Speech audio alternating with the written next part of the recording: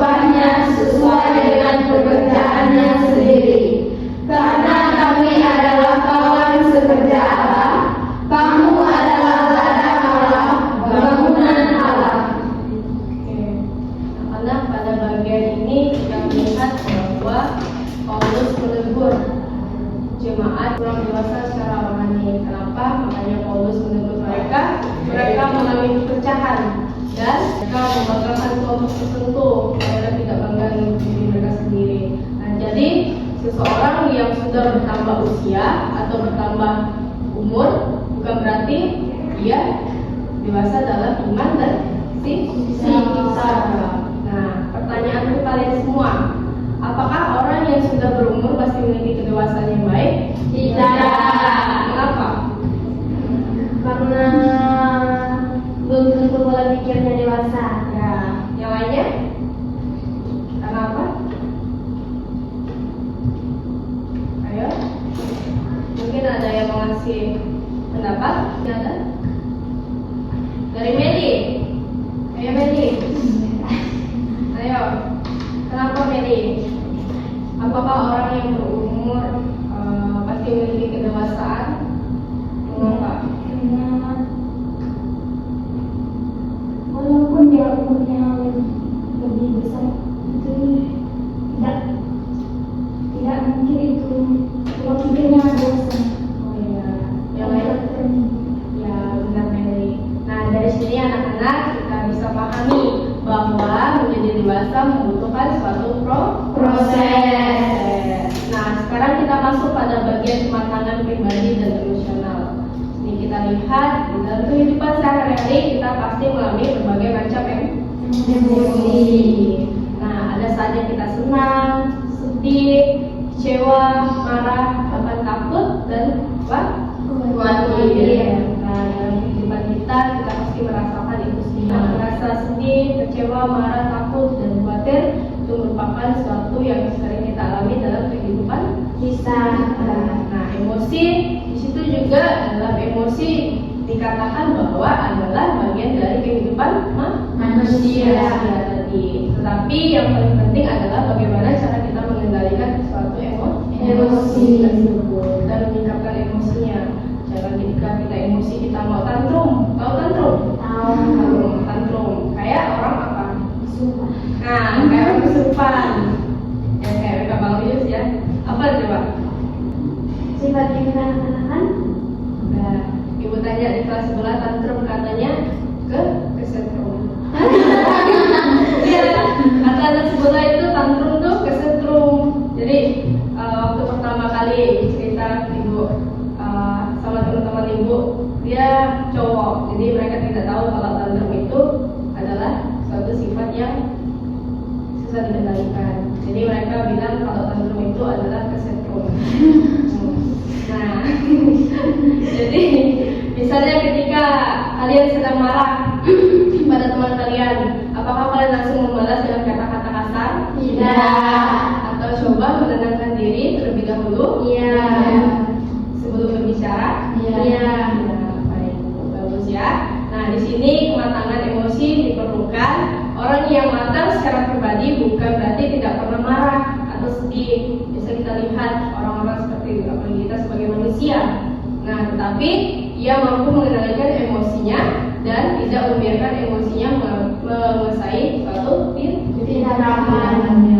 Nah, jadi semakin dewasa seharusnya kita juga semakin mampu mengendalikan mengendalikan emosi, mengendalikan diri, menghargai orang lain dan bertanggung jawab atas tindakan.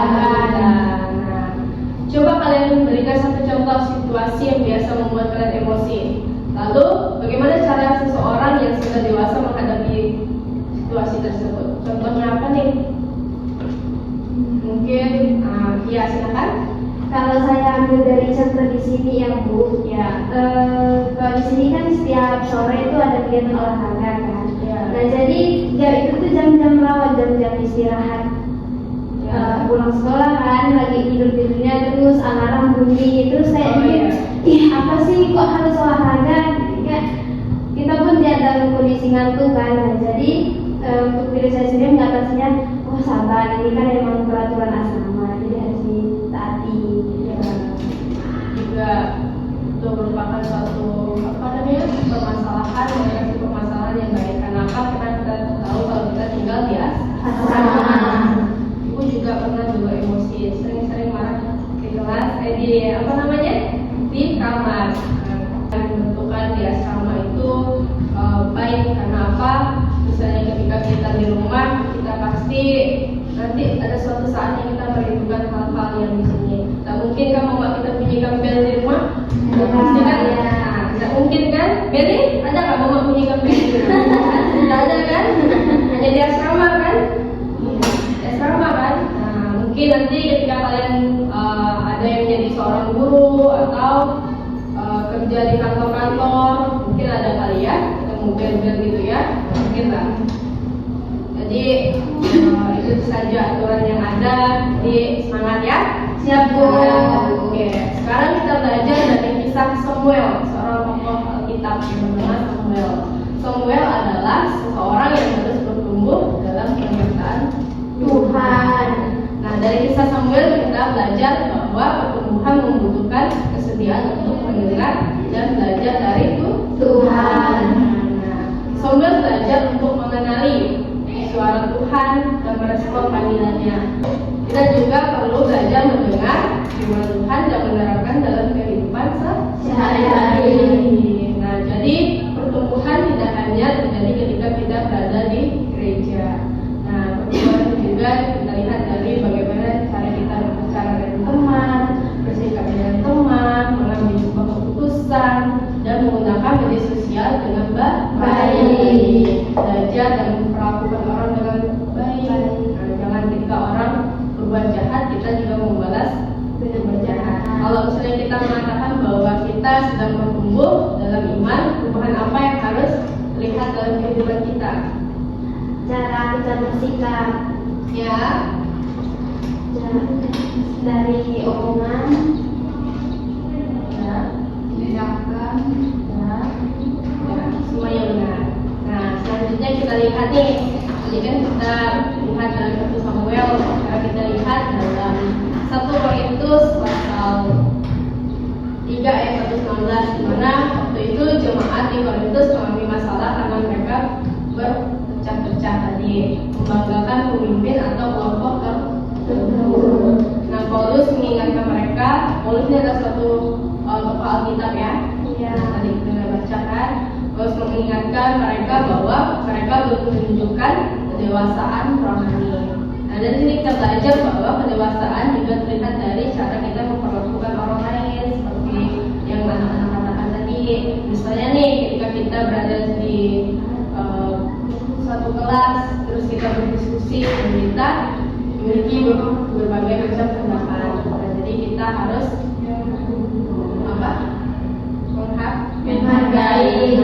Nah, apakah kita ketika teman kita berbeda pendapat kita langsung gak suka sama dia atau musuhin dia? Tidak, ya. Nah, apakah kita merasa diri kita paling benar? Tidak boleh ya. Ya. Oke. Orang yang semakin dewasa atau belajar menghargai perbedaan, bekerja sama dan tidak mudah terpecah hanya karena perbedaan berpendapat. Jadi ketika anak-anak berada di kelas, jadi belajar menghargai orang lain ya. Ya. Jadi pertumbuhan rohani seharusnya membawa kita menjadi pribadi yang lebih rendah hati, mampu bekerja sama dan membawa dan Oke anak-anak, selanjutnya kita masuk dalam, yaitu adalah bertumbuh menjadi berhikmat. Nah, di sini kita lihat hikmat juga berkaitan dengan bagaimana cara kita mengambil keputusan dan menjalani kehidupan dengan benar. Nah, sekarang kita lihat hikmat bukan berarti seseorang pintar atau memiliki banyak pengetahuan. Hikmat juga berkaitan dengan bagaimana cara kita mengambil suatu keputusan dan menjalani kehidupan yang benar. Nah, misalnya kita tahu bahwa belajar itu penting, tapi kita berhikmat untuk mengetahui hal-hal baik. Ia juga mengambil suatu keputusan belajar yang sungguh. Nah, mungkin kita tahu bahwa berkata kasar tidak baik dalam kehidupan kita, tetapi orang berhikmat berusaha menjaga perkataan ketika mereka marah. Nah, itu jadi kita lihat bahwa hikmat terlihat dari bagaimana cara pengetahuan dan memiliki terapan dalam kehidupan kita. Nah, sekarang juga kita lihat menghubungkan dengan kehidupan siswa.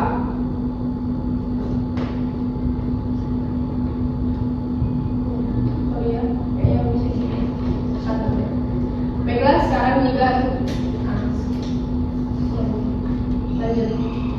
Sekarang coba kita pikirkan kehidupan kita sebagai remaja nih, termasuk ibu juga. Tapi ibu minta kalian ya. Ya Bu.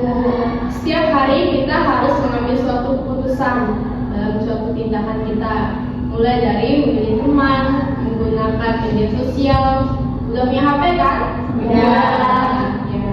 Terus mengatur waktu Belajar.